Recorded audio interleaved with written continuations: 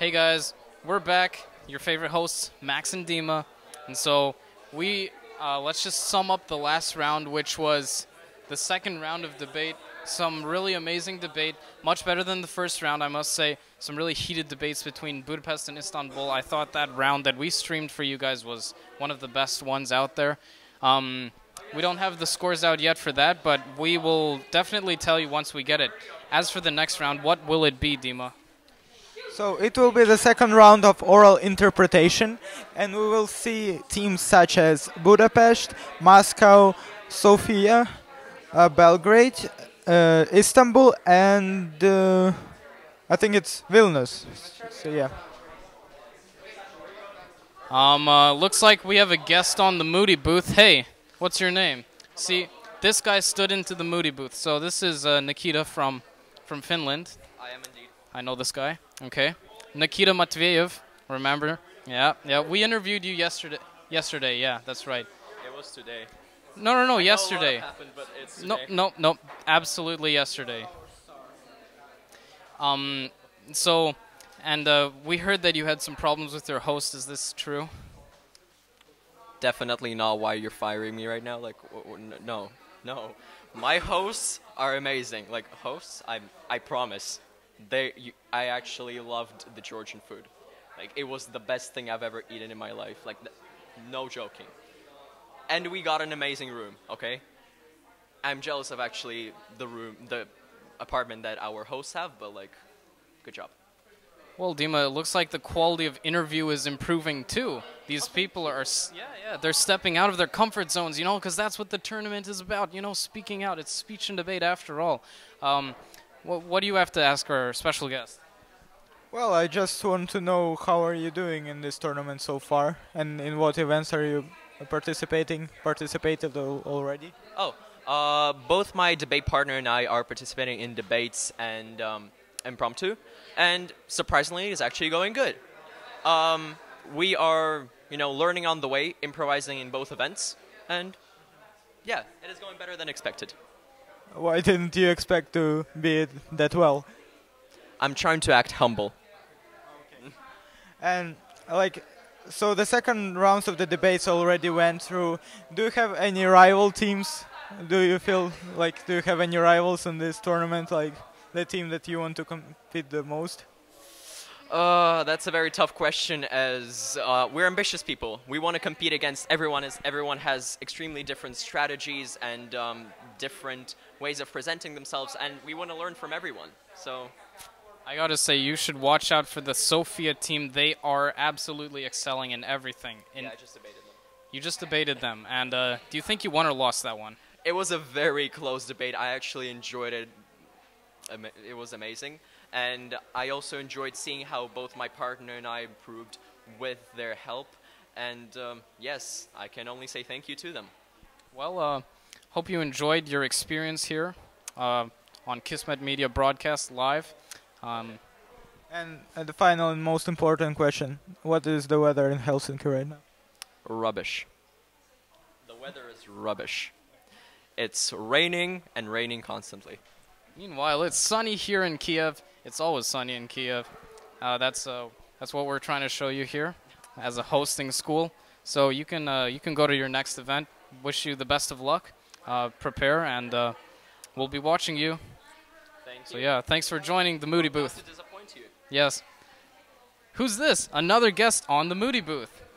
It's Kiev's International School very own Stefania Klemenko. Oh my God. And you are a timer, is this correct? That is not correct. I am, in fact, not a timer. I am organizing the timers. So don't be misunderstanding of her uniform. She's not actually a timer. Actually, we're both organizing, yes. Andre is correct. So there are two organizers, and this is one of them that we have here. Do you have any questions for Stefania?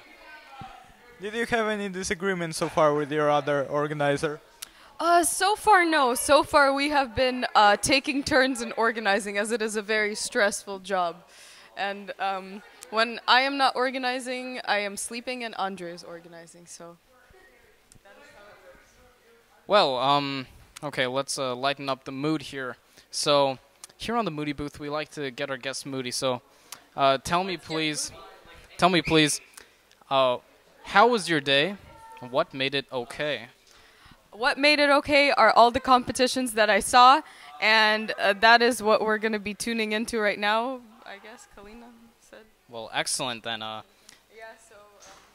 The throw. please. Black Lake Bible Camp, the ultimate rivalry between the boys and the girls to see who will win this year's competition. Challenge: perform a Bible story as a musical. An excerpt from Bible Camp, the musical, by Chris and Ryan Wilkins. Hello, children.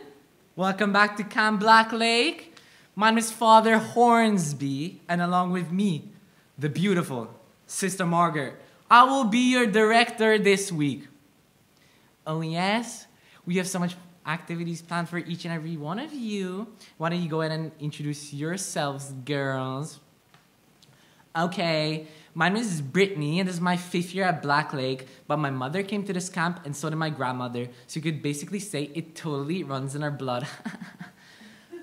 Hello everybody, my name is Olivia, and I came here to be an actress.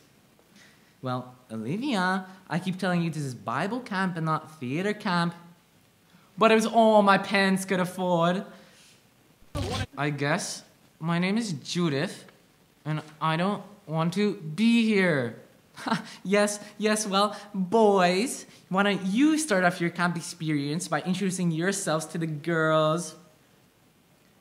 Hi everyone, I'm Aaron. I was named after... Yes, Aaron, we know who you're named after. This is a Bible camp. I turned my staff into a snake. No, you didn't, that was Aaron. I'm Aaron, the biblical Aaron. Hey, I'm Rod. This is my 5th year, and oh hey Brittany, funny seeing you here again. Eat dirt and die, Rod. Oh Brittany, you always had such a way with words. Now children, before you go calling names, you must ask yourselves, WWJD. What does that mean? Are you for serious right now? Where wet jackals dance? That's not what WWJD stands for. It stands for Wild and Wet Junkyard Dump. Guys, it means, what would Jesus do? Who's Jesus? Oh, Jesus. Now that we've all introduced ourselves, it's time for our beginning of the year meeting. First, I'd like to say that Sister Margaret and I are no way of seeing each other. Haven't seen each other for a year. And now, alright children, I'm so sad to tell you that the annual Black Lake Boys vs. Girls Old Testament scrapbooking contest has been cancelled. What? No! I know, Aaron, and well, Brittany, I know, but don't freak out, children, don't freak out. We just have a new competition in its place. Instead of scrapbooking, the Boys vs. Girls competition this year will be, wait for it, a musical! Woo yeah! What do you mean we'll be putting on musicals? Well, since scrapbooking is off the table, we thought we'd do the next safest thing. Theater! You guys, this is the best day ever! Both the boys and the girls will be given a story from the Bible, and you have until Saturday to put together a musical version of that Bible story. Enough chit-chat. Where was I? Oh yes, everyone. You have plenty of time to finish your musicals. I have faith that this will keep you busy while Sister Margaret and I get some coffee. Yes, we have lots of catching up to do. We may even have to get a dinner and a movie in order to catch up completely. But the Bible is a big book, children. We need lots and lots and lots of time to study. But how will you determine a winner? Well, let's jump right into it. The first thing we have to do is pick the Bible stories that you'll be performing. Sister Margaret has filled this bowl with Bible stories, and each team will draw out a story. Okay, I'm picking first. Oh my god. Girls. We get the best Bible story ever. We get the story of Cross Show 1. What? The story of Cross Show 1. Are you illiterate? You're reading it upside down. Oh, Noah's Ark? Awesome. Oh my god, you guys, we're gonna have the best musical ever. It's my turn to pick. We got Jonah and the whale. But that only has one person in it and one animal. How are we supposed to make a musical out of that? You guys are so going down. Well, boys, run off to your room, and girls too. If you need Father and I, we will be studying the Bible. Yeah, Aaron, why don't you run back to your dorm? I have something to take care of. Hey, Brittany, this is like our 5th year together, and I wanted to ask if you want to take a ride on the Rod Express. Ew. If you let us win, Rod, I'll go on a date with you. Yeah. Wait, no, we will not lose. Okay, well, if you win and you still wish to go on a date with me, then I will, but you won't. So, later, loser. Rod, there's no way in the hell this is possible. Well, Aaron, did Moses give up when the Red Sea stood in his way? No, he used his sorcery magic and split the sea.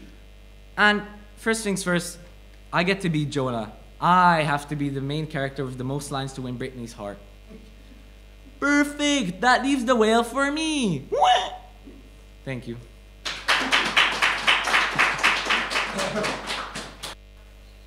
All right, that was a really nice speech by the contestant from Budapest.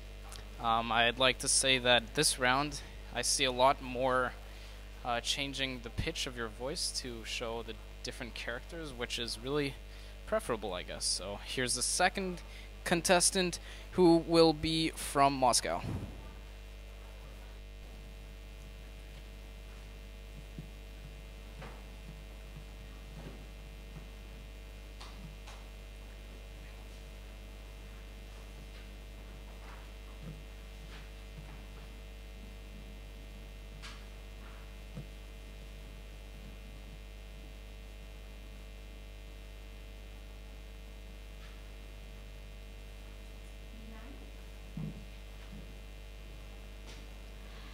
Dear honorable judges and fellow delegates, hello, my name is Jungso Shin, and I'm representing the Anglo-American School of Moscow. The piece that I'm going to present to you today is Be My Valentine.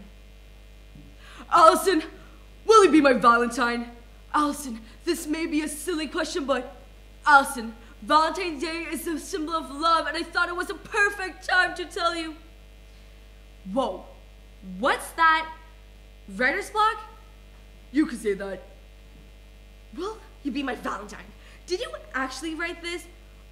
No, I just crumbled up someone else's paper.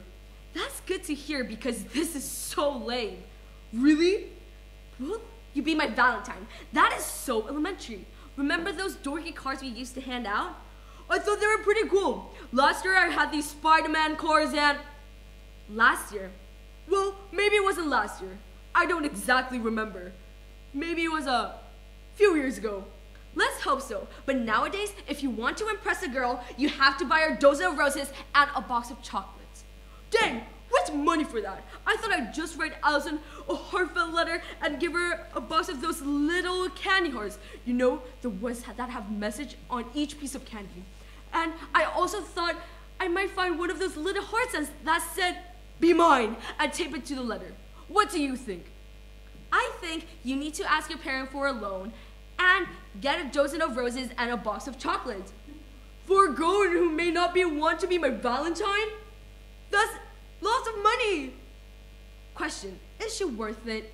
Is she worth it? Allison is worth every rose in the universe. Wow, you should write that down. You think? It gives me goosebumps. Good idea. But I know my parents will let me a loan of dozen of roses. Plus, there's no time. But maybe I can run to the flower shop during lunch and buy her a single rose. That might work. Allison, this rose is a symbol Of my love. That's too direct. I need to ease into this. I know, Allison, this is a symbol of love, and it's just the beginning of the roses you will receive from me. You will receive from me Because you deserve every rose in the universe. every rose in the universe. And from this day forward, I will present you with a single rose every single day. Wait, I can't afford that. You could get a job, Let's back up. Because you deserve every rose in the universe. which I'd buy for you if I could. Yeah, which I buy for you if I could. because you, Allison, are like a rose. You are like a rose, soft, and your breath is as pure as a rose. But I never smelled a breath. Maybe you did when you talked to her, but I never talked to her. Never? You mean you don't even know her? I know her well, from a distance. This is going to be harder than I thought. Oh, hey, Darren. Hey, what's up? Ben is in love with a girl he doesn't know. Cool. I didn't say I was in love. No, but you want Allison to be your Valentine, and you want to give her every rose in the universe? Man, you got it bad. I think you should talk to her first. You haven't talked to her? No, not exactly, but she's the most beautiful girl I've ever seen. Gorgeous brown eyes, glistening hair, and that gentle, sweet smile. And yes, she deserves every rose in the universe. Stop that, you're giving me chills bumps again. Dang, you're giving me chills bumps too. So, what do I do? Do I give her a handwritten note, the single rose, a box of candy hearts, all above, none above? You should talk to her first, Ben. I know, but I'm nervous about it. No, I don't think you should talk to her first. You don't? No, because it will ruin the mystery, not to mention the surprise. What surprise? That she would get a single rose and a gushing love letter from a complete stranger? No, the surprise of a single singing telegram from a secret admirer. Hey, that's a great idea. Girls like stupid stuff like that. Yeah, that's a great idea, but who can I get to do that? I'll volunteer. Okay, so where should I track her down and present her with a singing telegram? Well, how about the cafeteria during lunch? That works for me. So, but what are you going to sing? I don't know, I'll think of something. Something about me being in love, okay? Of course. And when you finish, give her this note, okay? Sure, you think you out to give her your phone number to in case she wants to call you tonight. Okay, see you at lunch. Hi, Allison. Why? Oh, this is for you and also for you and also for you. Who's Ben? Every rose in the universe?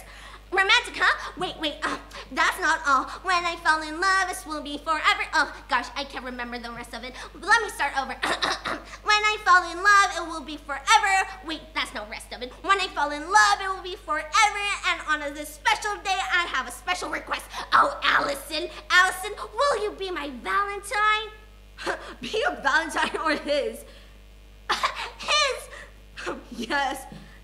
Yes? Yes. Great. Oh, and he put his phone number on that note so you can call him tonight, okay? Okay. Okay, so my singing telegram wasn't that great. But what'd she say? Good news, Ben. She wants to be your Valentine. Thank you. Wow, okay, that was really, really good performance by Moscow's Jongso Jennifer Shin. I gotta say, that was some really quality voice acting, like the level of Tara Strong, Seth MacFarlane, like, wow, so many voices. How do you keep track of them all? I'd like to interview her later, take her to the Moody booth. Well, it's gonna be the next contestant now, who's from, what's that school's name? From Helsinki, performing their oral interpretation, and she's walking up to the booth right now, so we'll be switching the audio. Yes.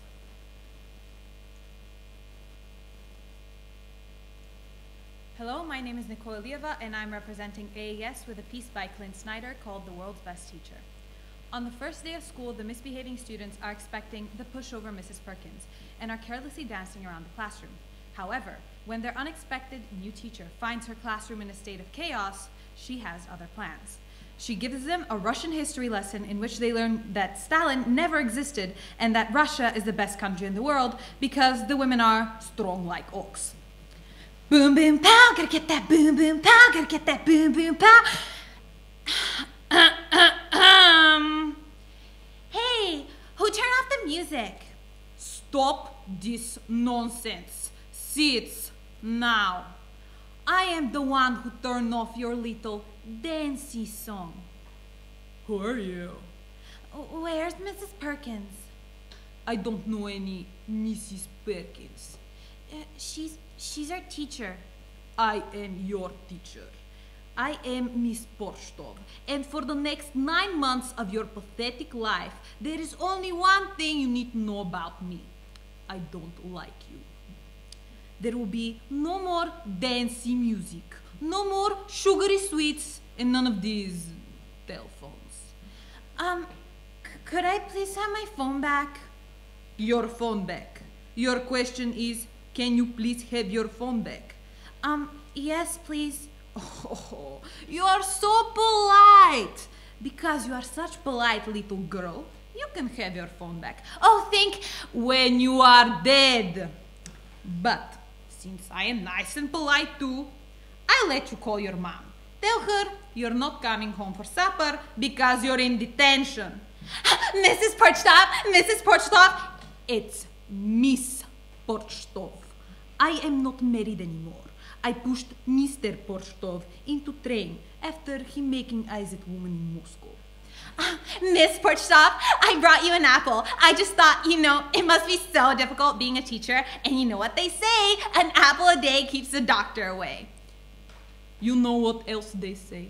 No, what? They say Miss Porchtov is no big dummy. I see you are tricky one, trying to pull all kinds of trick on Miss Porchtov. No, I wasn't trying to... You think you are clever, slipping me poison apple. I read fairy tale. Ugly tricky witch bring beautiful woman poisonous apple because she jealous of beautiful face. I know what you are up to, tricky witch. Keep your evil spells to yourself and sit down. Honestly, there is nothing honest about tricky witch like you. You're joking, right? I never joke. What you think is so funny? Certainly not my joke because I'm not making any. Is this clown over here putting on clown makeup?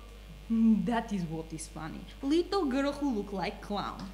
Of course, clown girl doesn't know she being funny because she too busy putting on clown lips. Is that a club? Aren't there like rules against having weapons in school? What? This is not weapon. Yes it is. I mean, it's like illegal in school. This not weapon. This my comrade, Vladimir. He helped me keep moron children from being moron. Don't you, Vladimir? You're so psycho. I'm sorry, I don't understand your stupid clown babble. What? I'm not a clown! I know it must be uncomfortable for a little clown outside the circus tent. But please, shut your mouth. Thank you. I am not a clown! Okay, you're not clown. I do not know why I not see it before. You are tiny little yipping dog that they test makeup on in cages. Now, leave before I put you in cage, yipping dog. I am thinking we can move on to class now. Yes? Yes. Miss Porchtov, I forgot my book. You will not be needing book. My head is like giant book. Now, on to the world's most powerful country, Russia. Thank you.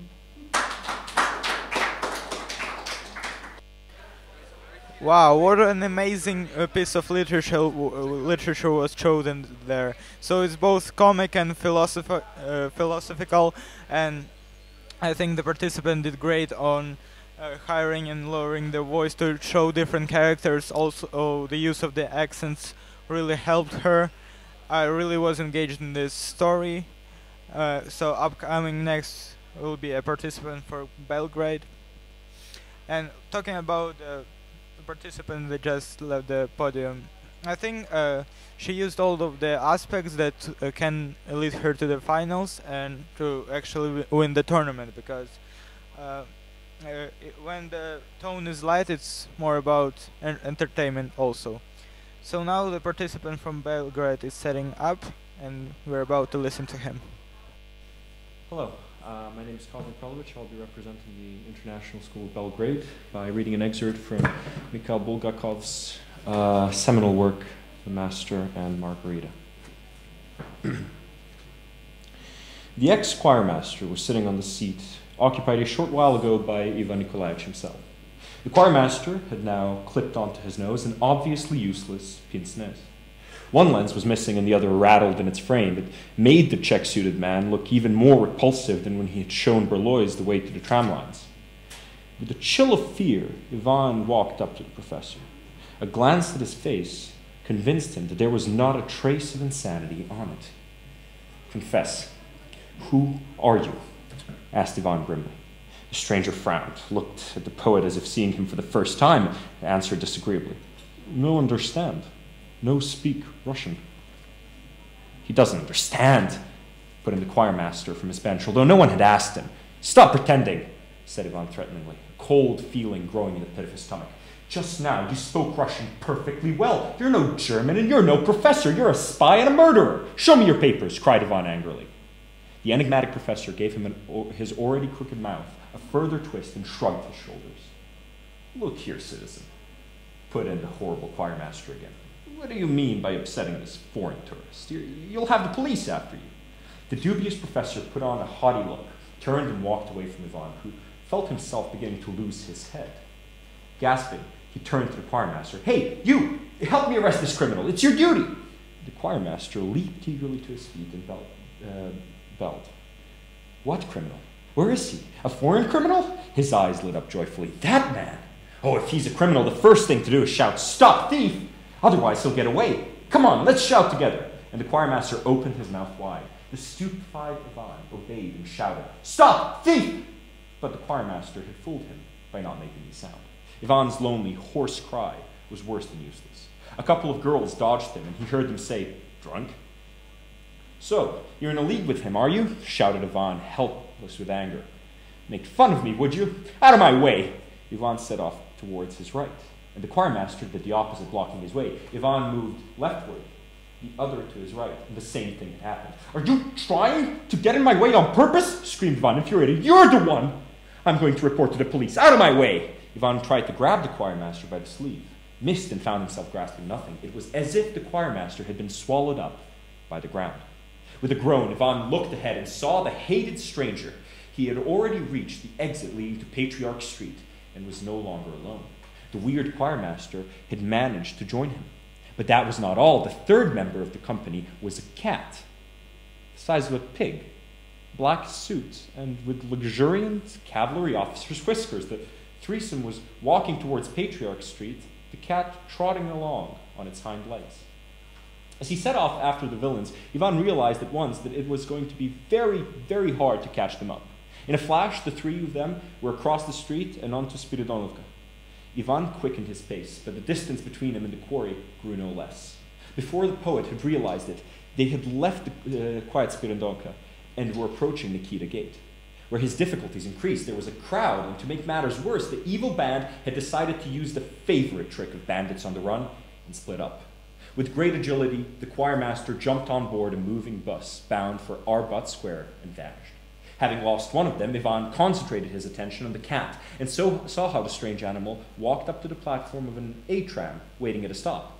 It cheekily pushed off a screaming woman, grasped the handrail, and offered the conductress a 10-kopeck piece. Ivan was so amazed by the cat's behavior that he was frozen into immobility beside a street corner grocery. He was struck with even greater amazement as he watched the reaction of the conductress. Seeing the cat board her tram, she yelled, shaking with anger, "No cats allowed! I'm not going to go with a cat on board. Go on, shoo! Get off or I'll call the police!" But both the conductress and passengers seemed completely oblivious of the most extraordinary thing of all. Not only had the cat boarded the tram car, that was after all possible, but the fact that the animal was offering to pay its fare. The cat proved to be not only a fare-paying, but a law-abiding citizen. At the first shriek from the conductress, it retreated, stepped off the platform, and sat down at the tram stop, stroking its whiskers with a 10-kopeck piece. But no sooner had the conductress yanked the bell rope and the car began to move off than the cat acted like anyone else who had been pushed off the tram and is still determined to get to his destination. Letting all three cars draw by, the cat jumped on to the coupling hook of the last car, latched its paw around a pipe sticking out of one of the windows, and sailed away, having saved itself 10 kopecks. Fascinated by the odious cat, Ivan almost lost sight of the most important of the three, the professor. Luckily, he had not managed to slip away. Ivan spotted his grey beret in the crowd at the top of Harzan Street. In a flash, Ivan went there too. But in vain. The poet speeded up to a run and began shoving people aside, but it brought him not an inch closer to the professor. Thank you.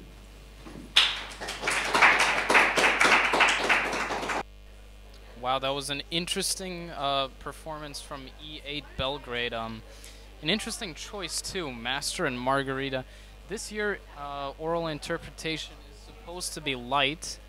We'll remind the audience, it's supposed to be light and humorous. Those are the I guess, grading rubric, while duet acting is more of a serious tone. So, well, I mean, there are elements of Master and Margarita's narration that qualified for that, but, well, I like the deliverance, I'll say that. I like the deliverance, I like the way that the speaker changed his accent between characters and, right, just differentiated them to make them distinct. The next contestant will be from Istanbul, G3, who performed well last time. Second in this group, to be exact. And so she's walking up to the podium, and she'll begin shortly.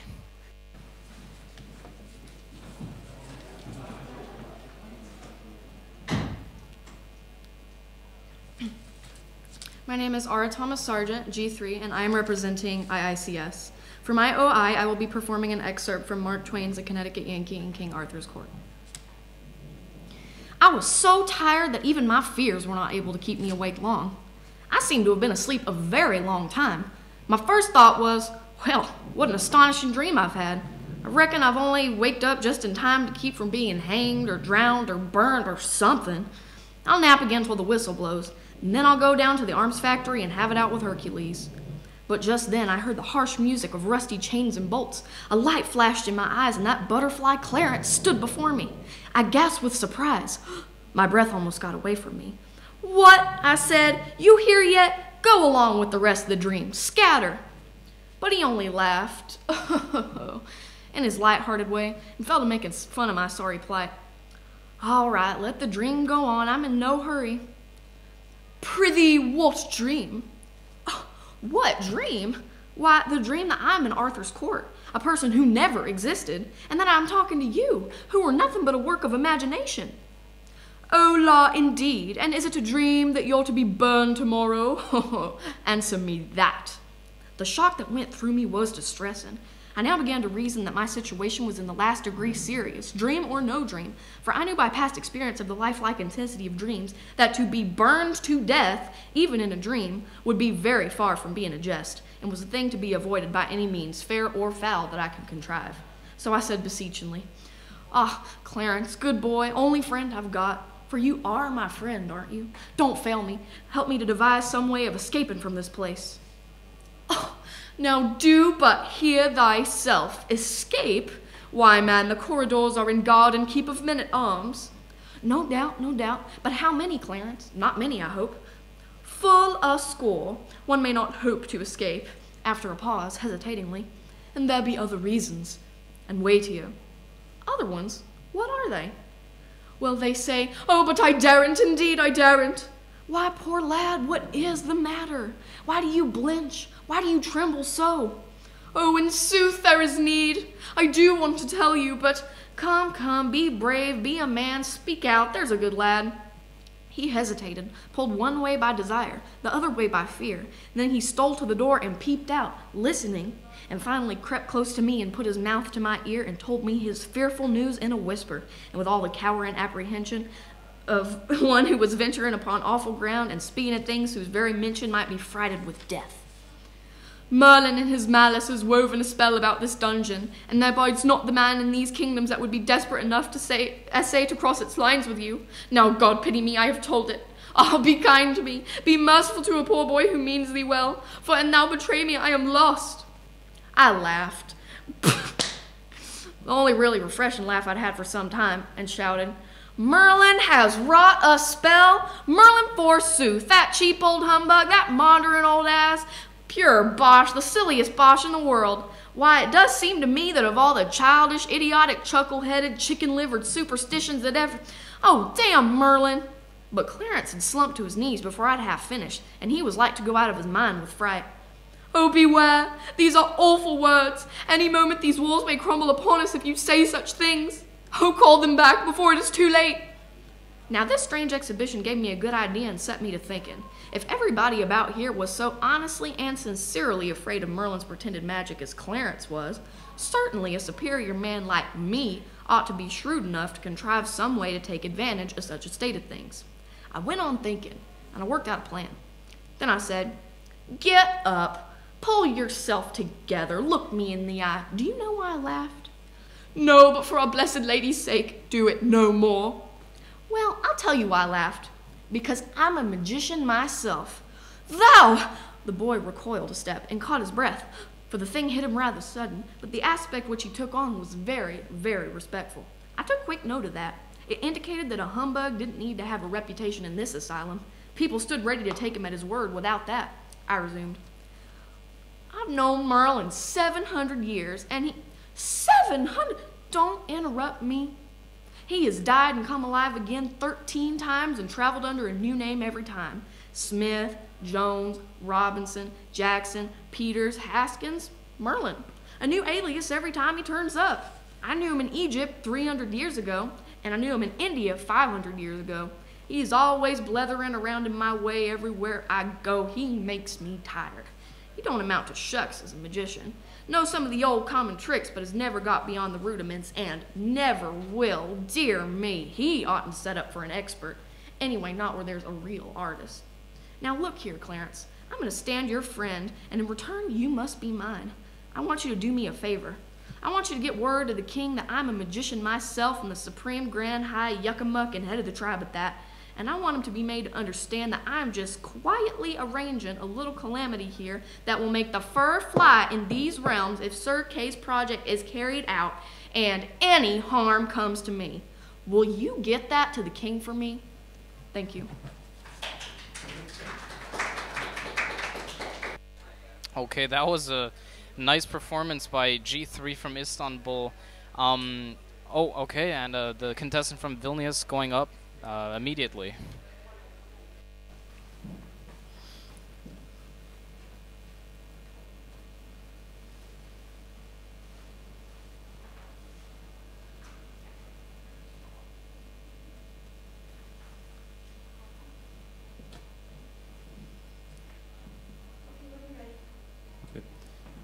Hello, ladies and gentlemen. I will read an excerpt from a short story, The Telltale Heart by Edgar Allan Poe. I am Tadas Radis, and I am from the American International School of Vilnius. It's true, yes. I have been ill, very ill. But why do you say that I have lost control of my mind? Why do you say that I am mad? Can you not see that I have full control of my mind? Is it not clear that I am not mad? Indeed, the illness only made my mind, my feelings, my senses stronger, more powerful. My sense of hearing especially became more powerful. I could hear sounds I had never heard before. I heard sounds from heaven, and I heard sounds from hell. Listen, listen, and I will tell you how it happened. You will see, you will hear how healthy my mind is. It is impossible to say how the idea first entered my head. There was no reason for what I did.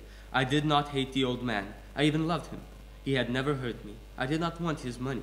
I think it was his eye. His eye was like an eye of a vulture, the eye of one of those terrible birds that watch and wait while an animal dies and then fall upon the dead body and pull it to pieces to eat it. When the old man looked at me with his vulture eye, a cold feeling went up and down my spine. Even my blood became cold. And so, I finally decided I had not to kill the old man and close that eye forever. So, you think that I am mad? A madman cannot plan. But you should have seen me. During all of that week, I was as friendly to the old man as I could be, and warm and loving. Every night about 12 o'clock, I slowly opened his door. And when the door was opened wide enough, I put my hand in, and then my head. In my hand, I held a light covered over with a cloth so that no light showed, and I stood there, quietly. Then, carefully, I lifted the cloth, just a little, so that a single, thin, small light fell across that eye. For 7 nights I did this, 7 long nights, every night at midnight. Always the eye was closed, so it was impossible for me to do the work, for it was not the old man I had to kill, it was the eye, his evil eye. Have I not told you that my hearing had become unusually strong? Now I could hear a quick, low, soft sound like the sound of a clock heard through a wall. It was the beating of an old man's heart. I tried to stand quietly, but the sound grew louder. The old man's fear must have been great indeed. And as the sound grew louder, my anger became greater and more powerful. But it was more than anger. In that quiet night, in the dark silence of the bedroom, my anger became fear.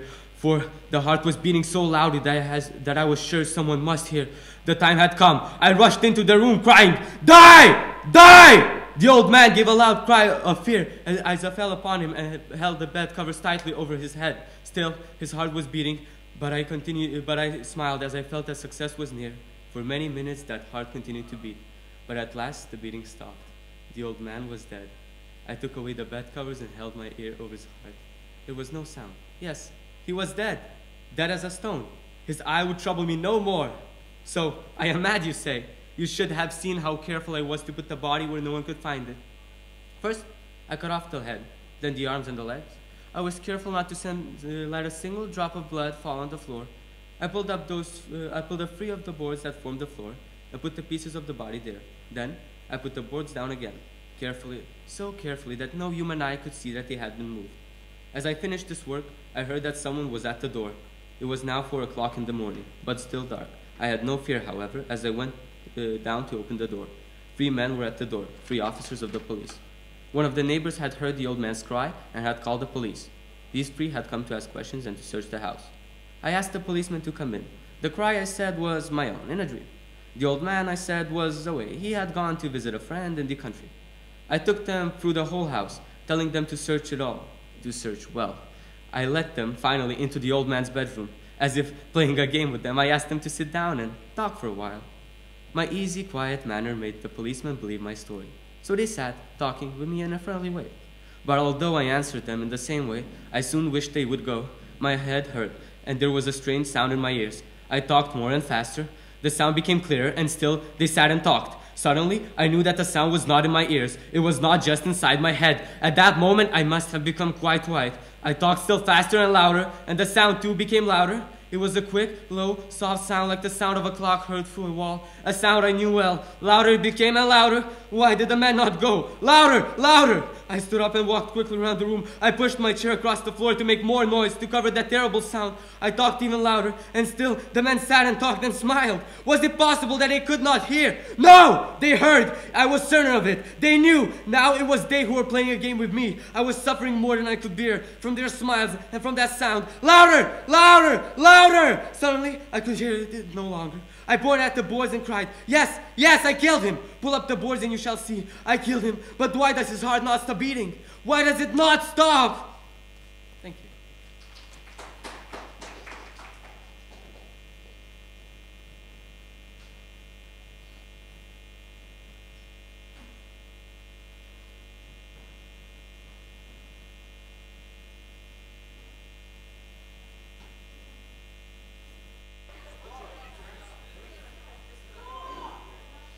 Well, we're back here. It's just me now. Dima's gone.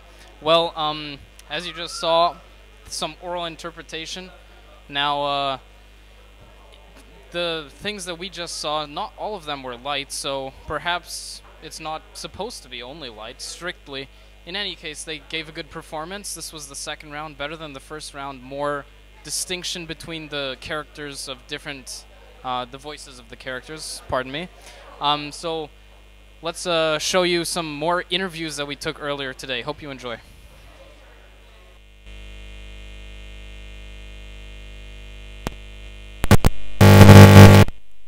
Teaching debate, another interview. What school do you go to? TISA. What are you doing? Okay, and what events do you do? I'm doing original oratory and oral history. And did you finish any just now? It's been a while since I finished, but yeah, I've done the first 2 rounds. The first round. How do you think you did? I think I did pretty well.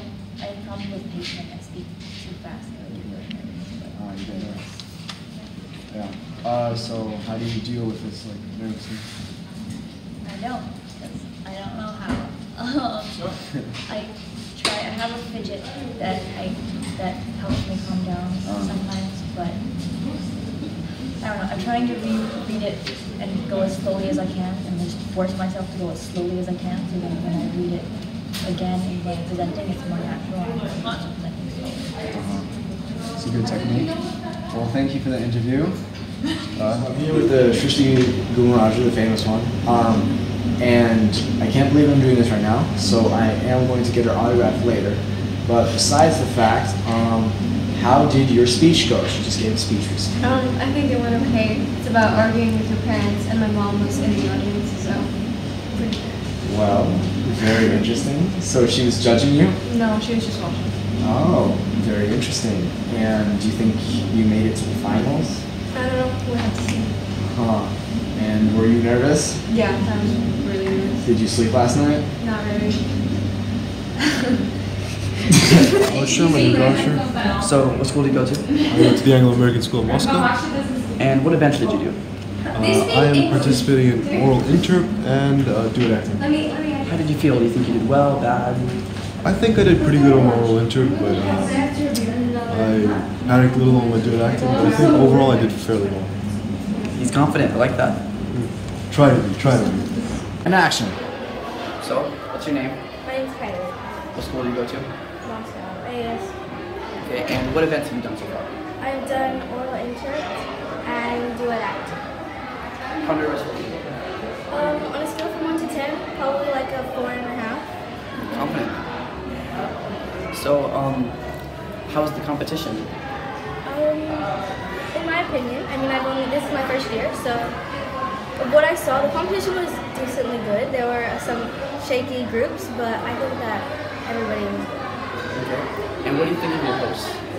My hosts are very nice. They're very sweet, and they make good food. It's important. So, thank you. Yeah. Hey! Hey guys, we're back. Hope you enjoyed those interviews. This is one of our local students, Tisha Prichenko. So the next round will be original oratory. Do you have anything to say? Hello. It's a great event, very bonding in all the schools here. Very bonding experience. I met so many new, friends. It's great. Some words of wisdom from our student here at KIS. Well, we'll be wrapping up this live stream, and we'll see you in the next one, which will be for original oratory, the second round. Signing off, Max Moody.